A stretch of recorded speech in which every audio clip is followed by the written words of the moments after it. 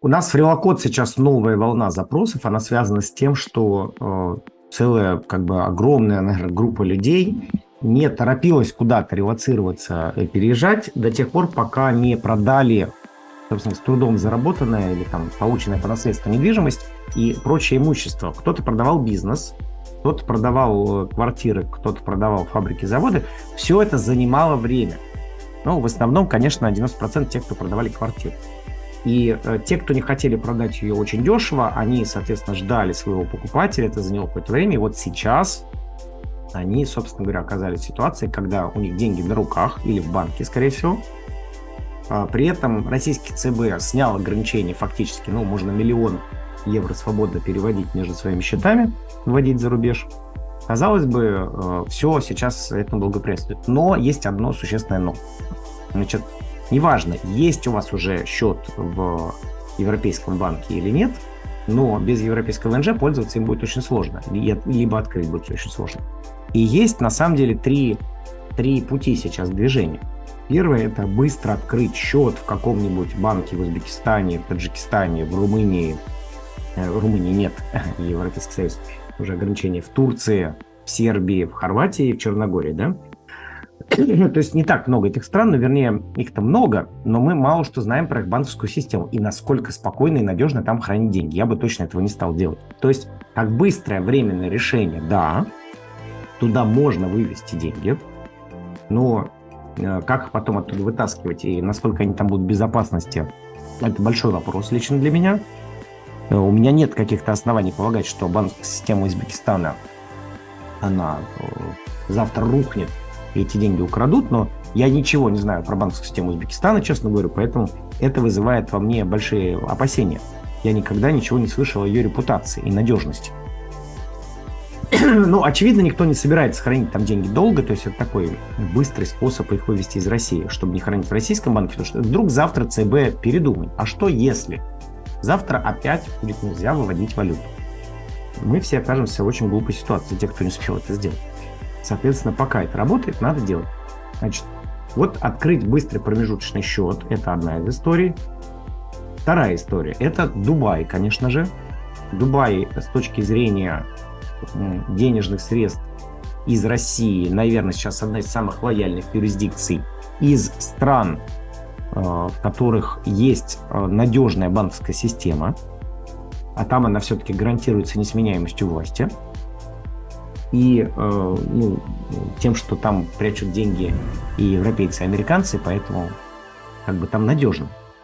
При этом достаточно легко открыть компанию, открыть счет или визу цифрового кочевника получить, чтобы открыть нормальный счет и туда перевести деньги. То есть вам в любом случае счет потребуется, и в Дубае вы не сможете открыть этот счет, не имея вида на жительство. Соответственно, вид на жительство вам потребуется. Дальше плюс в том, что можно в этом Дубае и в Арабских Эмиратах вообще не находиться, если вы не претендуете на статус налогового резидента. Но счет вам никто не закроет, он у вас будет.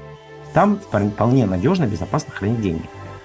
Правда, Дубаи попали в серые списки ФАТФ, Организации по борьбе с отмыванием денежных средств, и против отмывания, борьба с отмыванием. Вот. И давление на Дубай будет усиливаться, поэтому правила будут ужесточаться. И, возможно, будет все сложнее открывать там счета. Поэтому, если Дубай вам нравится, то это лучше делать сейчас. Мы тоже этим много сейчас занимаемся. Поэтому приходите, расскажем, как это сделать правильно. Наличие счета в Дубаях, наличие ВНЖ в Дубаях не дает вам никакого права жить где-то в Европе. Поэтому, если вас вдруг по какой-то причине не устраивает плюс 60 летом, и вам некомфортно жить все время под кондиционером, вот я сидел под кондиционером, простудился, может быть, вы этого не хотите. И вы не хотите из офиса в такси, из такси в торговый центр и так вот вся жизнь летом, да, то вполне возможно, что жить-то вы при этом хотите где-то в Европе. Но все-таки мы, как люди из России, больше к европейским ценностям ближе, к европейской культуре, к европейскому климату предрасположены. И в таком случае, конечно, надо думать о том, как открывать счета в Европе. И в Европе все принципиально сейчас прагматично просто. Либо у вас есть европейский ВНЖ, и тогда вы белый человек, либо у вас нет европейского ВНЖ, и тогда вы фактически под санкциями, как и все граждане Российской Федерации. Неважно, в санкционном списке или нет, потому что есть формальное ограничение нельзя хранить без европейского ВНЖ в европейском банке больше 100 тысяч евро, а фактически это сводится к тому, что там больше 10 тысяч не дают хранить. Сами банки уже, которые ужесточенно, как бы более жестко трактуют требования Европейского Союза, ну, перестраховываются для того, чтобы не попасть под какие-то санкции и не лишиться лицензии. Значит, зачем им рисковать? Поэтому все очень просто. Временная мера куда-то быстро, пожалуйста, СНГ, постсоветское пространство можно, но не хранить там долго. Значит, надежно, тоже достаточно быстро, это Дубай, но он не ведет вас к праву никакому жить, да, в Европе. Соответственно, вы там просто храните деньги и можете жить на территории Арабских Эмиратов. Либо это все-таки европейский вид на жительство, нормальный европейский счет, в нормальной европейской юрисдикции, где вы этими деньгами сможете пользоваться, потому что Дубай в списках ФАТ в какой-то момент может привести к тому, что оттуда просто будут деньги сложнее переводить. На свои счета вы перейдете всегда в Европу. Но в Европе как бы самая надежная банковская система пока что. Все будет меняться, конечно, когда-то.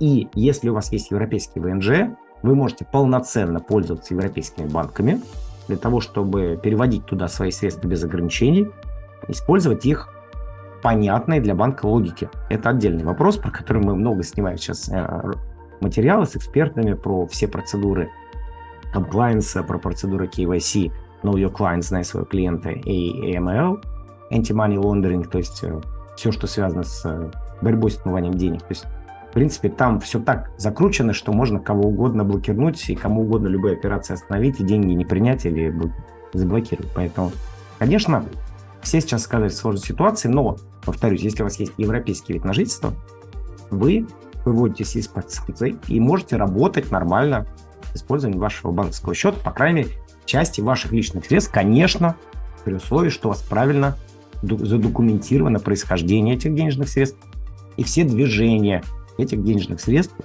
включая любой вообще перевод, то есть вся цепочка от момента возникновения денег до момента их захода на европейский банк. Будьте готовы, сейчас ручной комплаенс, все закручивают гайки, каждую бумажку собирайте, каждый документ сохраняйте, откуда деньги пришли, куда они пошли, как они до банка дошли, и все, что связано с этим перемещением ваших денег, все вплоть до копейки, должно быть задокументировано. Тогда проблем не будет. Вот. Приходите, расскажем, как это работает на наших бесплатных консультациях. У нас сейчас их много посвящено именно вопросам перевода, релокации капиталов, сохранения капиталов. Ну, без этого никуда. Деньги иметь хорошо, вот как их сохранить, это сейчас очень важный вопрос. Приходите, поговорим. Мы на связи.